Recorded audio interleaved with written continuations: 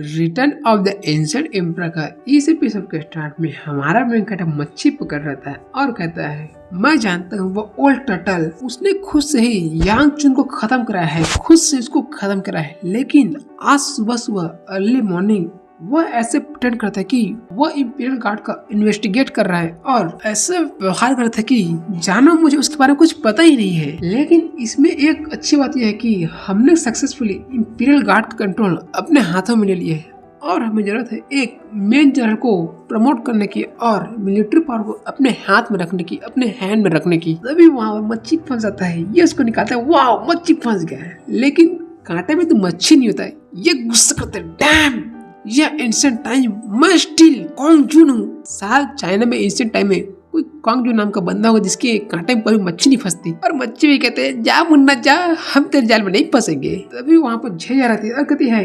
Imperial brother. ये उसको देख कर सोचता है झाओ जियान जिया तुम एकदम सही टाइम पे आए हो, शायद मैं तुम्हारी झाओ फैमिली का इस्तेमाल कर सकता हूँ, इसमें कुछ इस्तेमाल तो कर ही सकता हूँ। वो एक सामान देते कहती है महाराज आपने जो मेरी जान बचाई थी, इंपीरियल ब्रदर आपने जो मेरी जान बचाई थी कल, इसके लिए मैंने सोचा कि यहाँ आपके महल में आपको किसी भी चीज की जरूरत नहीं होगी, किसी भी चीज की कमी नहीं होगी, इसलिए यह मैंने सोचा, इसीलिए मैंने आपके लिए यह बहुत अच्छा डिश बनाया है, इसको चेक कीजिए और मैं उम्मीद करती हूँ कि इंपीरियल ब्रदर इसको डिसलाइक नहीं करेंगे। ये इसको देखता है वहाँ पर एकदम बकवास कुकी होती है, उसको देख रही है क्या फिश फूड, वो कहते हैं व्हाट, ये उसको उस पानी में डालने लगता है और कहते हैं वाओ बेबी फिश फूड, अगर मैं इसका इस्तेमाल करते तो मैं कॉन्ग जो नहीं रहूंगा, इस बार मैं मच्छी को पकड़ करूंगा। वो कहते हैं मेरे स्वीट्स ब्रदर आप ये क्या कर रहे हैं, यह केक है इसको ना फेंकिए, यह केक है इसको ना फेंकिए। और क्या कॉन्ग जिन, लेकिन जैसे ही मच्छी उसको खाती है वो सभी ऑन द स्पॉट उनके दम घुटने से वहीं पर मौत हो जाता है। यह देखकर हमारा main character oh my God इतना हॉरिबल, मैं यकीन नहीं कर सकता यह इतना डेंजर खाना बना सकती है। वो कहते प्यार से क्या इंपीरियल ब्रदर इसको लाइक नहीं करते, इसको खाना नहीं चाहते, यह ना चाहते हुए अरे कैसा सोचता है कि मैं इसको नहीं खाऊंगा, जो तूने इतने प्यार से बनाया है ये इसको खा लेता है और उसके गले में अटक जाता है। ओह माय गॉड क्या डिजास्टर खाना था। वो कहती है ब्रदर ये डिलीशियस है ना, ये डिलीशियस है। ये कहते हाँ ये तो इतना डिलीशियस है कि मैंने कभी अपने जन्म में मैंने इतना साल से इतना डिलीशियस खाना नहीं खाया। वो कहते ओहो इंपीरियल ब्रदर आपको मजा आए तो रुकिए मैं और बना कर लाती हूँ। ये कहते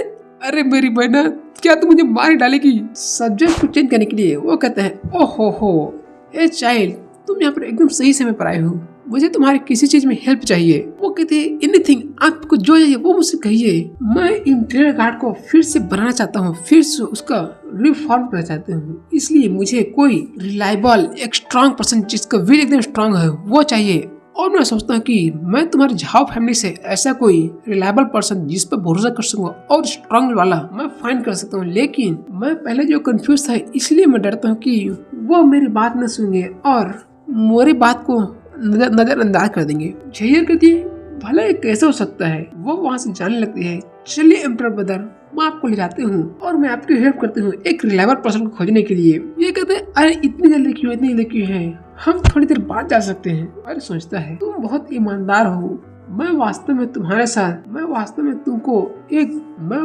तुमको ट्रिक करने की कोशिश कर रहा हूँ, लेकिन तुम इतनी मूर्ख कैसे हो सकती हो। मैं ये सोचता मैं वो जर्क हूँ जो ऐसे काम करने की सोचता हूँ। वो कहती तो फिर तभी वो झुकती है बैठती है और कहती है क्या एम्परर ब्रदर अपने बात को रखेंगे, मेरे फादर को फॉलो करने वाले अंकलों की लाइफ कुछ अच्छी नहीं है। यदि एम्परर ब्रदर यहाँ पर इंपीरियल गार्ड के जनरल को पोजीशन हमारे अंकल को देते हैं तो मैं यहाँ पर आपके सामने झुकने के तैयार हूँ। अभी ये उसको उठाता है अरे घुटने क्यों टक रही हो, ठीक है तुम्हारा यह एम्परर ब्रदर आज तुम्हें प्रॉमिस करता है कि मैं उसको सिर्फ इंपीरियल गार्ड का जनरल को पोजीशन नहीं दूंगा बल्कि फ्यूचर में उसको प्रमोशन कर दूंगा, वो रिसीव करेगा हॉनर को जो वो डिजर्व करते हैं। वो कहती है thank you imperial brother, thank you Maharaj brother, thank you और उसे गले लग जाती है। एम्परर ब्रदर आप कितने काइंड हैं। ये भी ब्लश कर लगता है वाह यार इसके दो बड़े बड़े अरमान कितने मजा आ रहा है। और तभी आवाज आता है महाराज आप प्रिंसेस के साथ यहाँ पर क्या कर रहे हैं। और शुरू वहाँ पर आ जाती है और कहती है प्रिंसेस, और प्रिंसेस कहती है मैं यहाँ पर इंपीरियल ब्रदर के साथ यहाँ पर जुड़ाव महसूस कर रही हूँ, मुझे इनके साथ बहुत अच्छा लग रहा है। ये कहती है प्रिंसेस प्लीज इसको महाराज किए, एम्पर बदलने किए। वो कहते हैं वेल, लेकिन तभी वो कोई आता है और कहते हैं ब्रैट, और ये वही बिल्ला होता है और वो बिल्ला कहता है तू तेरे पास कितनी सारी सिस्टर है, तेरे पास कितनी सारी सिस्टर है। ये सोचता है अरे ये तो ऑब्वियस है, मेरे पास बहुत सारी लड़की क्योंकि मैं महाराज हूँ।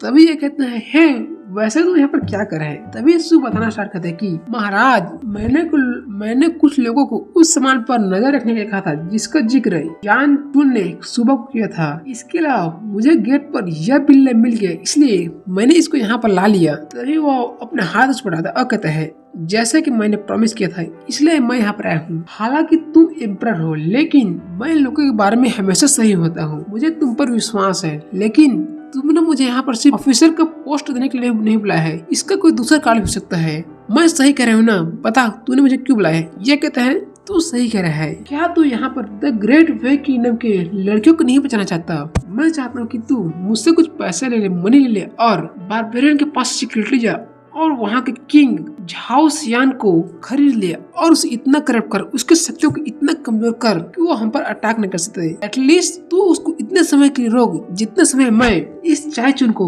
उसके जड़ को खाकर इस पूरे ग्रेट वे किने से फेंक दूं। तू इतने समय तक उसको रोक कर रख, क्या ये काम तू कर सकता है।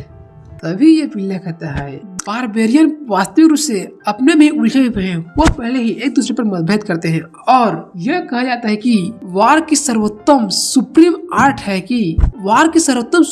यह है कि बिना लड़े शत्रुओं को परास्त करना है। यही वार की सुप्रीम आर्ट सबसे बड़ा आर्ट है। यह योजना एकदम शानदार, एकदम परफेक्ट है, जिससे हमको बहुत बड़ी उम्मीद है हम इस वार को जीतेंगे। ओह मुझे पता था कि यह योजना तुमको बहुत पसंद आएगी। चलो इसके बारे में डिस्कस करते हैं। वह दोनों बैठे बैठे वहाँ पर डिस्कस करने लगते हैं और यहाँ पर ये झेयर कहती है ऐसा लगता है कि मेरे इंपीरियल ब्रदर यहाँ पर बहुत बिजी है, आज बहुत बिजी है, इसलिए ठीक है सिस्टर सू मैं यहाँ से जाती हूँ।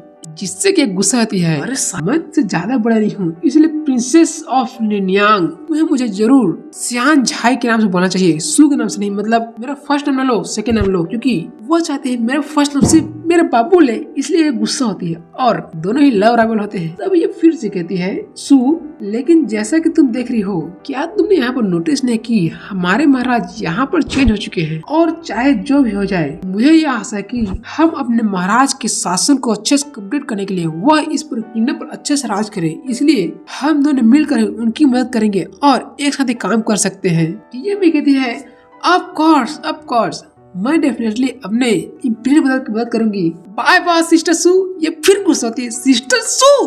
तभी बिल्ला कहता है 1 लाख सोने के सिक्के, 1 लाख टेल्स। ये कहता है नहीं ये असंभव है, 50,000। इसके बारे में क्या ख्याल है 2 लाख। हमारा मन कहता है तुम इस तरह से मोल भाव नहीं कर सकते। लेकिन ये सब खूबचे बनाता है और कहते हैं लेकिन वह तो महाराज, लेकिन वह तो किंग जो जिया है, हम इसके बिना, हम ज्यादा पैसे के बिना उसको मना नहीं सकते। चिंता मत करो मेरे महाराज, मैं आपको हारने नहीं दूंगा, आपको विजय ही दिलाऊंगा। ये फिर कहता है ठीक है 3000 अब यहाँ से निकल जाओ और राजा झो जियान को कहना कि एक बार मेरा सिचुएशन यहाँ पर ठीक हो जाए और मैं मिस्टर चाय को यहाँ पर संभाल तो मैं निश्चित रूप से उनकी मदद करूंगा उनके इंटरनल अफेयर में।